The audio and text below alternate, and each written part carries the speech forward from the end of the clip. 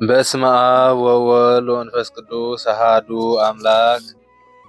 ስንክሳርና ዕለት 25 ሚያዝያ።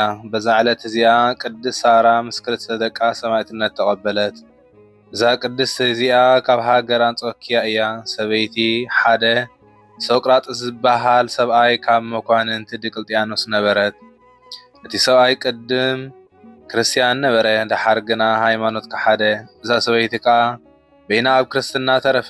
ሶቅራጥስ ሰብኣያ ከዓ ኣነስ ነዚ ሃይማኖት ክርስቲያን እፈትዎ እየ፣ ንክርስቶስ እውን ኣይከሓትክዎን፣ ካብ ጽኑዓት ካብ ቅጽዓት ንጉስ ስለዝፈራህኩ ጥራሕ እየ ይብላ ነበረ። እዛ ቅድስቲ ክልተ ውሉድ ወለደት። ኣብ ሃገር አንጾኪያ ከዓ ጥምቀት ክርስትና ከተጠምቖም ኣይከኣለትን፣ ምክንያቱ ንሰብኣያን ንንጉስን ስለዝፈርሐት። ግናኸ ንክርስቶስ ብዘለዋ ፍቅሪ ምስጋና ንዑ ይኹን ንኽተጠምቖም ዓብይ ገድሊ ተጋደለት። ንደቃ ንክልተ ኣገልገልታን ሒዛቶም ናብ ኣባ ጴጥሮስ ሊቀ ጳጳሳት ናይ ሃገረ እስክንድርያ ንኽትከይድ ኣብ መርከብ ተሳፈረት። ጎይታ ከዓ ንመጻኢ ትውልዲ ዕብየት እምነታ ክገልጽ ደለየ። እታ መርከብ ክትጥሕል ክሳብ እትቐርብ ኣብቲ ባሕሪ ዓብይ ማዕበላ ተንስአ። እዛ ቅድስቲ ኣደ ከዓ ደቃ እምነት ክርስትና ከይተጠምቑ ጥሒሎም ከይጠፍኡ ፈርሀት። ሽዑ ተንሲኣ ነዊሕ ጸሎት ጸለየት። መላጻ ኣምጽኣ ድማ የማናይ ጡባ ጨንድሐት። ካብቲ ደማ ከዓ ንደቃ በምሳል ትምህርተ መስቀል እናማዕተበት ኣብ ገጾም ኣብ ልቦም ኣብ ዝባኖም ቀብኣቶም። ኣብቲ ባሕሪ ከዓ ብስም አብን ወልድን መንፈስ ቅዱስ እናበለት 3 ግዜ ኣጠመቐቶም። ድሕሪኡ ድማ ኣብቲ ባሕሪ ዓብይ ህድኣት ኮነ። ኣብ ሃገር እስክንድርያ ምስ በጽሐት ከዓ ጥምቀት ክርስትና ከተጠምቖም ደቃ ናብ ኣባ ጴጥሮስ ሊቀ ጳጳሳት ኣቕረበቶም። እቲ ሊቀ ጳጳስ ከዓ ስርዓት ጥምቀት ገበረ። ካብቶም ደቃ ሃገር ሓደ ኣጠመቐ እሞ ንደቃ ከጠምቖም ወሰዶም። ሽዑ እቲ ማይ ረግአ። ንዕኦም ገዲፉ መሊሶ ካብ ደቂ እቲ ዓዲ ካልእ ቆልዓ ወሰዶ እሞ ሽዑ እቲ ማይ ከም ቀደሙ ናብ ማይ ተመልሰ። ነቲ ቆልዓ ኣጠመቐ። ድሕሪኡ ናብዛ ቅድስት ሰበይቲ ተመሊሱ ከጠምቖም ደቃ ወሰዶም። እቲ ማይ እውን መሊሱ ረግአ። 3 ግዜ ከምዚ ገበረ እሞ ኣበዮ ተገረመ ድማ።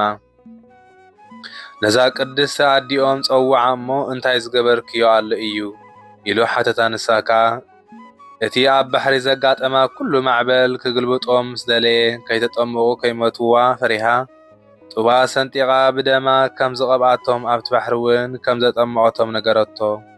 ዘይግባእ ድፍረት ገይረ እየ እሞ በደለይ ሕደገለይ ክትብል ድማ ለመነቶ። ኣባ ጴጥሮስ ከዓ ኣይትፍርሂ፣ እቲ ንስኺ ኣብ ባሕሪ ክተጠምቕዮም ከለኺ ጎይታና ኢየሱስ ክርስቶስ ንደቅኺ ብመለኮታዊት ኢዱ ኣጠሚቕዎም እዩ በላ። ድሕሪዚ ምስጢራት ቅዱሳት ስጉኡን ደሙን ሃቦም። ንሳ ከዓ ናብ ሃገር አንጾኪያ ናብ ሰብኣያ ተመልሰት። ሰብኣያ ምስ ረኣያ ከዓ ብዛዕባ እቲ ዝገበረቶ ተቆጥዐ። ናብ ንጉስ ከይዱ ከዓ እቲ ዝገበረቶ ነጊሩ ከሰሳ።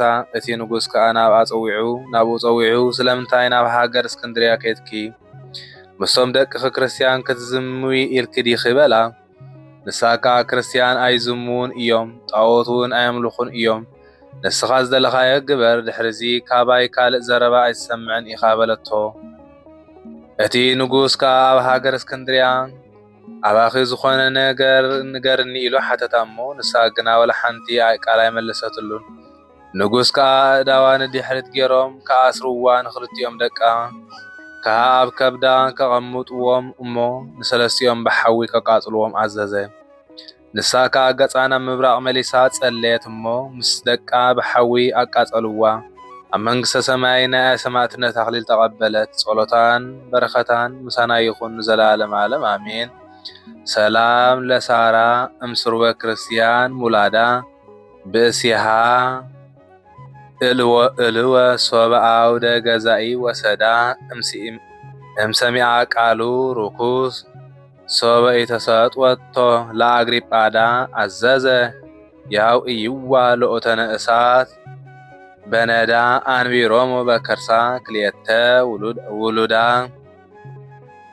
በዛ ዕለት እዚኣ መዘከርታ ቅዱሳን ኣባ በብኑዳ ባሕታዊ፣ ቅዱስ ቴድሮስ ተጋዳላይን ኣብ ብሔረ ፋርስ ሰማዕትነት ዝተቐበሉ ሚእቲ ሰማዕታትን ዶራን አባ ዮሐንስ ሊቀ ጳጳሳትን እያ። በረኸቶም ሰናይ ይኹን ዘላለም ዓለም አሜን።